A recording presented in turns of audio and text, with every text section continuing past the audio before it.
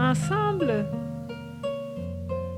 nous allons découvrir comment les moniales bénédictines de l'abbaye Saint-Jean-Baptiste de Kerguilaï au Sénégal célèbrent la solennité de la fête du corps et du sang du Christ, rendu réellement présent sous les apparences sensibles du pain et du vin, en mémoire de sa passion sanglante et en gage de l'unité de son corps mystique.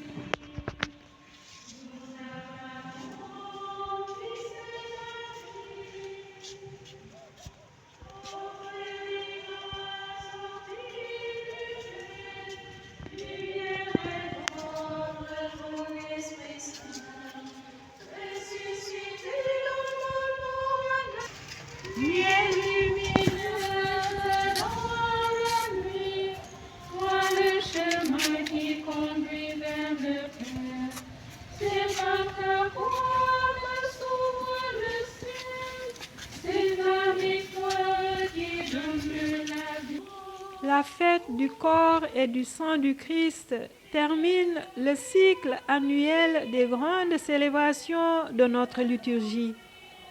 Pâques, Ascension, Pentecôte, Trinité. Autrefois, on appelait cette célébration Fête Dieu, soulignant le sacrement de l'immense amour de Dieu pour notre humanité en quête de rédemption. Et depuis Vatican II, elle est qualifiée de solennité du corps et du sang du Christ.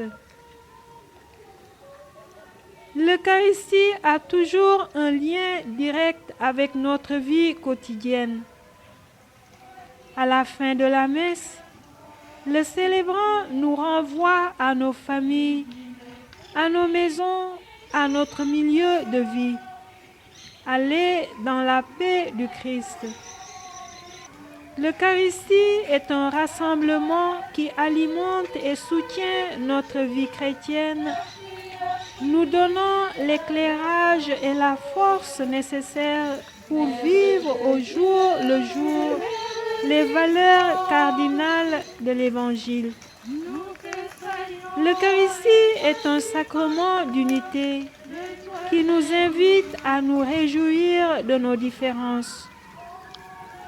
À la table eucharistique, il n'y a plus de place pour nos ségrégations mesquines. Il n'y a plus ni juifs, ni grecs, ni esclaves, ni hommes libres, ni hommes, ni femmes, nous dit l'apôtre Paul. L'Eucharistie est beaucoup plus qu'une célébration de piété individuelle. Elle nous invite au partage, à la fraternité, à l'accueil des autres sans condition. Lorsque nous célébrons l'Eucharistie, nous célébrons la rencontre de deux désirs. Et c'est cela qui est si beau et si grand. Et je dirais que d'une certaine manière, nous célébrons aussi la rencontre de deux souffrances, de deux appels et de deux manques. Nous célébrons la souffrance, le désir du Christ lui-même, le corps qu'il nous offre, même si c'est le corps du Christ ressuscité, c'est un corps qui est en manque, comme on dit aujourd'hui. De quoi est-il en manque et de qui est-il en manque? De nous, évidemment. Cette solennité n'est pas comme les autres. Ce n'est pas la fête de la grandeur de Dieu. C'est la fête de la petitesse de Dieu, la fête de la grandeur de l'homme. Il y a en chacun de nous une autre vie, une vie divine, immortelle, une vie que les théologiens appellent la vie de la grâce, une vie qui a été ensemencée en nous par le baptême et qui se développe par les vertus théologales. Dans notre religion chrétienne, il se produit un renversement inouï.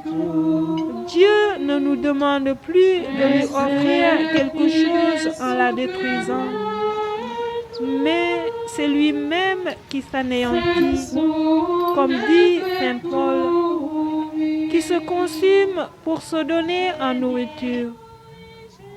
Notre participation à la vie divine se réalise par ce geste de manger. Le geste qui entretient notre vie de pèlerin assoiffé d'absolu. Le pain eucharistique n'est pas fait seulement pour être adoré. Il nous est donné pour être nourriture. À chaque messe, nous célébrons celui qui nous a aimés comme on n'a jamais aimé. C'est la moindre des choses que nous répondions à cette invitation. En cette fête du corps et du sang du Christ, nous renouvelons notre action de grâce pour la merveille que nous célébrons. Et nous faisons nôtre cette prière du prêtre avant la communion. Que ton corps et ton sang me délivrent de tout mal, et que je ne sois jamais séparé de toi. Amen. Donne-nous de vénérer d'un si grand amour les mystères de ton corps et de ton sang, que nous puissions recueillir sans cesse le fruit de ta rédemption, toi qui vis et règnes pour les siècles des siècles.